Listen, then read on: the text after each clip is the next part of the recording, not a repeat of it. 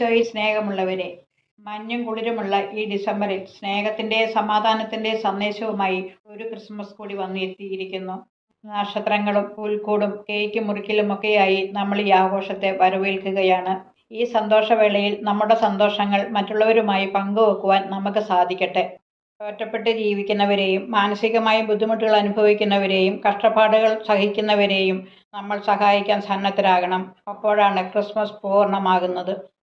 ദൈവപുത്രന്റെ ജനനം ഒരു കാര്യത്തൊഴുത്തിലായതുകൊണ്ട് തന്നെ ഓരോ ക്രിസ്മസും വിലമതിക്കാനാവാത്ത ഒരു പാഠം നമ്മളെ പഠിപ്പിക്കുന്നുണ്ട്. എളിമയുള്ളവരായിരിക്കുക. എത്ര വലിയ ലക്ഷ്യബോധത്തോടെ നമ്മൾ ജീവിച്ചാലും എല്ലാവരും പരമപ്രധാനമായി ആഗ്രഹിക്കുന്നത് മനസ്സമാധാനമാണ്. ഓരോ ക്രിസ്മസും എന്നും സമാധാനമായിരിക്കുവാനുള്ള വഴിയും നമുക്ക് കാണിച്ചു തരുന്നുണ്ട്. അത്യുന്നതങ്ങളിൽ ദൈവത്തിന് സ്തുതി, ഭൂമിയിൽ സന്മനസ്സുള്ളവർക്ക് സമാധാനം. നമുക്കെന്നും നല്ല മനസ്സുള്ളവരായിരിക്കാം. സമാധാനം കൂടെ വന്നുകൊള്ളും.